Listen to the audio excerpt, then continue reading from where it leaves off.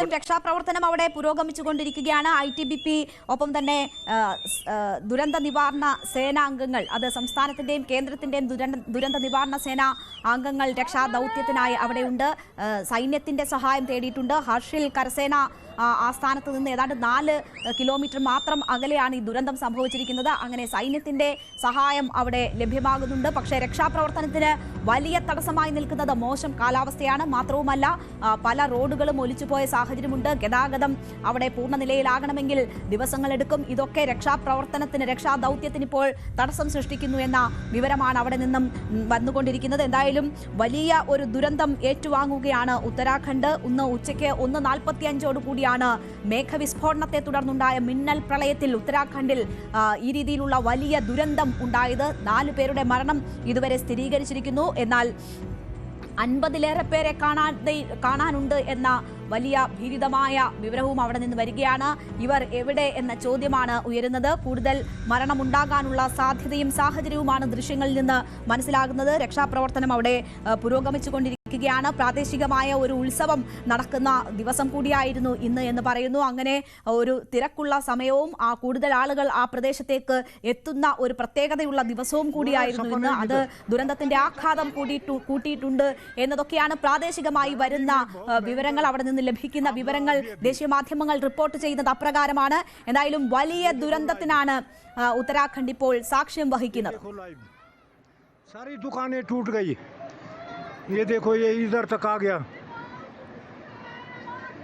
ഇപ്പോൾ നമുക്കൊപ്പം ശ്രീ രാജഗോപാൽ കമ്മത്ത് ചേരുകയാണ്. ശ്രീ രാജഗോപാൽ കമ്മത്ത്, താങ്കൾ ഈ ദൃശ്യങ്ങൾ കണ്ടിട്ടുണ്ടാകും. വലിയ ഭീതിതമായ ദൃശ്യങ്ങളാണ്. ഒരു സെക്കൻഡുകളുടെ വ്യത്യാസത്തിൽ ആ നദിയുടെ രൂപമാറ്റം മനുഷ്യനെ ഭയപ്പെടുത്തുന്നതാണ്. നമുക്കറിയാം, ഉത്തരാഖണ്ഡ് ഇതുപോലെയുള്ള മേഘവിസ്ഫോടനങ്ങളൊക്കെ സാധാരണമായ ഒരിടമാണ്. എങ്കിലും ഇത് പ്രവചനാതീതമായ ഒരു സാഹചര്യമാണോ അവിടെ സൃഷ്ടിക്കപ്പെട്ടിരിക്കുന്നത്? എത്രമാത്രം വലിയ ദുരന്തമായാണ് താങ്കൾ ഇതിനെ കാണുന്നത്? നമ്മുടെ കഴിഞ്ഞ കുറച്ചു കാലത്തെ ഒരു ഇത്തരത്തിലുള്ള കാലാവസ്ഥാ മാറ്റത്തിന്റെ ഒരു പ്രതിഫലനങ്ങൾ പരിശോധിച്ചു കഴിഞ്ഞാൽ നമുക്കറിയാം, മലമ്പ്രദേശങ്ങളിൽ ഈ രീതിയിലുള്ള വലിയ തോതിലുള്ള മഴ കുറഞ്ഞ സമയം കൊണ്ട് പെയ്യുന്നതായിട്ട് കാണാം. ഇതിന് പല റീസൺസ് ഉണ്ട്. ഒന്നാമതായിട്ട് നമ്മൾ ഈ ഭൂമിയിൽ വരുത്തി വെച്ചിട്ടുള്ള മാറ്റങ്ങളും പിന്നെ മനുഷ്യന്റെ ഇടപെടലുകളും തന്നെയാണ് ഇതിനൊരു പ്രധാനപ്പെട്ട കാരണമായിട്ട് വരുന്നത്. ഉത്തരാഖണ്ഡിലെ ഒരു പ്രശ്നം എന്ന് പറയുന്നത് ഈ ഇപ്പുറത്തുള്ള, അതായത് അതിന്റെ തെക്ക് വശത്തുള്ള നഗരങ്ങളിൽ നിന്നും പാടശേഖരങ്ങളിൽ നിന്നൊക്കെ ഉണ്ടാകുന്ന മലിനമായ വായു, അതിൽ മലിനമായ കണങ്ങളുണ്ട്, മാലിന്യമുണ്ട്. ഈ മാലിന്യം കലർന്ന വായു കാറ്റിൽ, ഈ മൺസൂൺ കാറ്റിൽ ഈ മലമ്പ്രദേശങ്ങളിലേക്ക് ഉയർന്നു കയറിയിട്ടാണ് അവിടെ മേഘഭാഗങ്ങൾക്ക് കനം വെക്കുകയും അത് പെട്ടെന്ന് തന്നെ ആ ത്രഷോൾഡ് കഴിഞ്ഞതിന് ശേഷം വളരെ വലിയ മഴയായിട്ട് കുറഞ്ഞ സമയം കൊണ്ട് പെയ്യുകയും ചെയ്യുന്നത്. അപ്പൊ പൊതുവെ കാറ്റ് കുറവായിരിക്കുന്ന അവസരങ്ങളിലാണ് ഇത്തരത്തിലുള്ള, അല്ലെങ്കിൽ വളരെ ഉയരം കൂടിയ പ്രദേശങ്ങളിലാണ് ഇത്തരത്തിലുള്ള സംഭവങ്ങൾ ഉണ്ടാകുന്നത്. പൊതുവെ നമുക്കറിയാം, നമ്മൾ കേട്ടിട്ടുണ്ട് പർട്ടിക്കുലേറ്റ് മാറ്റർ 2.5, പർട്ടിക്കുലേറ്റ് മാറ്റർ 10 എന്നൊക്കെ പറയുന്ന PM10 എന്നൊക്കെ പറയുന്ന ഈ മാറ്റർ നമ്മൾ സാധാരണ പാടശേഖരങ്ങൾ കത്തിച്ചു കഴിയുമ്പോഴും വാഹനങ്ങളിൽ നിന്നും പിന്നെ ഇൻഡസ്ട്രികളിൽ നിന്നുമൊക്കെ ഇത് അന്തരീക്ഷത്തിലേക്ക് കലരുന്നുണ്ട്. പൊതുവെ കാറ്റുള്ള സമയമാണെന്നുണ്ടെങ്കിൽ ഇത് പടർന്ന് പല മേഘങ്ങളായിട്ട് പല രീതിയിൽ, മേഘങ്ങൾ ഉണ്ടാകണമെങ്കിൽ ഈ രീതിയിലുള്ള കണങ്ങൾ വേണം, അല്ലെങ്കിൽ സമുദ്രത്തിൽ നിന്നുള്ള ലവണങ്ങളുടെ കണങ്ങൾ വേണം. അതുകൊണ്ട് ബാഷ്പീകരിച്ചിട്ട് ഇത്തരത്തിലുള്ള മഴയ്ക്ക് കാരണമാകുന്ന ഐസ് ക്രിസ്റ്റലുകളായിട്ട് മേഘങ്ങളായിട്ട് മാറുന്നത്. പക്ഷെ ഇപ്പോഴുള്ള ഒരു അവസ്ഥ എന്ന് പറയുന്നത് മലിനീകരണം കൂടിയതിനാൽ കഴിഞ്ഞ 10-20 വർഷമായിട്ട് നമുക്കറിയാം ഈ രീതിയിലുള്ള സംഭവങ്ങൾ ഇടയ്ക്കിടയ്ക്ക് ഉണ്ടാകുന്നുണ്ട്. പ്രത്യേകിച്ച് മലമ്പ്രദേശങ്ങളിലുണ്ട്. ലഡാക്കിലും ഈ രീതിയിൽ ഉത്തരാഖണ്ഡിലും ഒക്കെ ഇതിനു മുമ്പ് ഉണ്ടായിട്ടുണ്ട്. കേരളത്തിലും ഉണ്ടായിട്ടുണ്ട്. ഈ രീതിയിലുള്ള എക്സസീവ് ആയിട്ടുള്ള മഴ കഴിഞ്ഞ വർഷം തന്നെ നമുക്ക് ഉണ്ടായിട്ടുണ്ട്.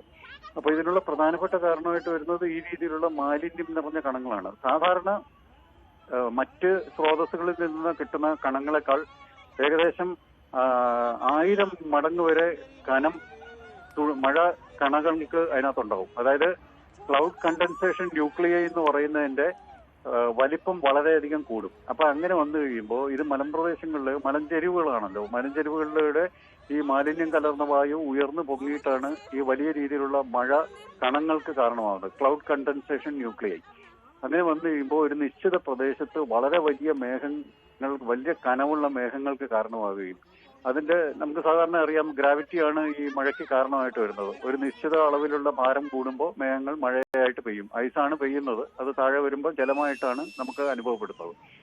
അങ്ങനെ പെട്ടെന്ന് ഒരു വലിയ മേഘഭാഗം തന്നെ പെയ്തു തീരുന്നതാണ്. കാരണം എന്നാൽ മാത്രമേ അത് സന്തുലനം പ്രാപിക്കത്തുള്ളൂ. ഇതൊരു പ്രകൃതിയുടെ ഒരു സന്തുലന രീതിയാണ്.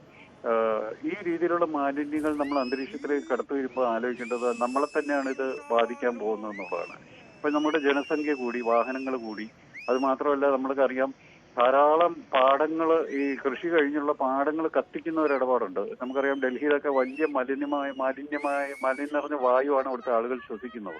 ഈ മാലിന്യം നിറഞ്ഞ വായുവൊക്കെ കാറ്റിൽ ചെല്ലുന്നത് ഈ രീതിയിലുള്ള മലമ്പ്രദേശങ്ങളിലേക്കാണ്, ഹിമാലയ സാനുക്കളിലേക്കാണ് പോകുന്നത്. അവിടെയാണ് ഇത് തടഞ്ഞു നിന്ന് ഈ രീതിയിലുള്ള വലിയ മഴകൾക്ക് കാരണമാകുന്നത്.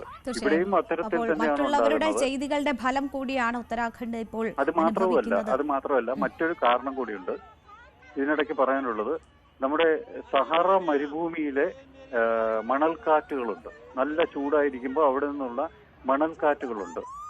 അത് അത്തരത്തിലുള്ള കണങ്ങൾ കൂടി, അതായത് നമ്മുടെ പടിഞ്ഞാറ് ഭാഗത്തുള്ള മരുഭൂമികളിൽ നിന്നുള്ള കണങ്ങൾ കൂടി താർ മരുഭൂമിയിൽ നിന്നും അതിനപ്പുറത്തേക്കുള്ള സഹാറ മരുഭൂമിയിൽ നിന്നും ഗൾഫ് പ്രദേശത്തെ മരുഭൂമികളിൽ നിന്നുമുള്ള മണൽ തരികൾ, പൊടികൾ, അതായത് വളരെ സൂക്ഷ്മമായ ധൂളി അന്തരീക്ഷത്തിലേക്ക് കടന്ന് കാറ്റിലൂടെ, വളരെ ഉയരത്തിലുള്ള കാറ്റിലൂടെ നമ്മുടെ ഈ പ്രദേശത്തേക്ക്, ഇന്ത്യ ഉപഭൂഖണ്ഡത്തിന്റെ ഭാഗത്തേക്ക് വരുന്നുണ്ട്.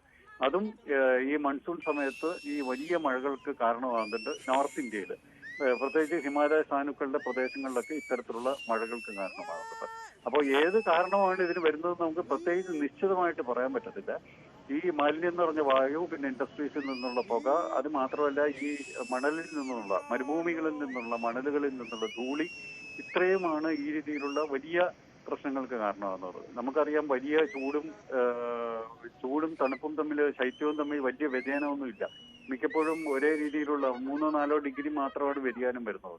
നല്ല വ്യത്യാസം വരുന്നില്ല. അപ്പൊ അങ്ങനെയുള്ള അവസരത്തിൽ മേഘങ്ങൾക്ക് പടർന്നു പോകാനായിട്ടുള്ള കാറ്റ് ലഭിക്കത്തില്ല. ഇപ്പൊ ഇത്തവണ നമുക്ക് കേരളത്തിൽ വലിയ പെട്ടെന്ന് പെയ്യുന്ന മഴ നമുക്ക് കിട്ടാത്തതിന് കാരണമെന്ന് പറയുന്നത് ആ ഒരു ഭാഗ്യം കൊണ്ടാണ്. കാരണം നമുക്ക് കാറ്റുണ്ടായി, ഈ പ്രാവശ്യം നല്ല കാറ്റുണ്ടായി. കഴിഞ്ഞ വർഷം ശ്രദ്ധിച്ചു കഴിഞ്ഞാൽ നമുക്ക് കാറ്റ് കുറവായിരുന്നു. അതുകൊണ്ടാണ് നമുക്ക് ചിലയിടങ്ങളിൽ മാത്രം കേന്ദ്രീകരിച്ച് വലിയ മഴകൾ ഉണ്ടായത്. വയനാടും ഒക്കെ ഉണ്ടായല്ലോ, ചൂരൽമലയിലൊക്കെ ഉണ്ടായി. അപ്പൊ ഇപ്രാവശ്യം നമുക്ക് ആ രീതിയിലുള്ള മഴ തൽക്കാലം ലഭിക്കാതെ എന്ന് പറഞ്ഞാൽ കാറ്റുള്ളത് കൊണ്ട്, കാറ്റിന്റെ ഒരു ഇഫക്റ്റ് ഉള്ളത് കൊണ്ടാണ്. ഇപ്പോൾ കാറ്റ് കുറവായിരുന്നത് കൊണ്ടാണ് ഇപ്പോൾ ഉത്തരാഖണ്ഡിൽ ഈ രീതിയിലുള്ള സംഭവം ഉണ്ടായത്.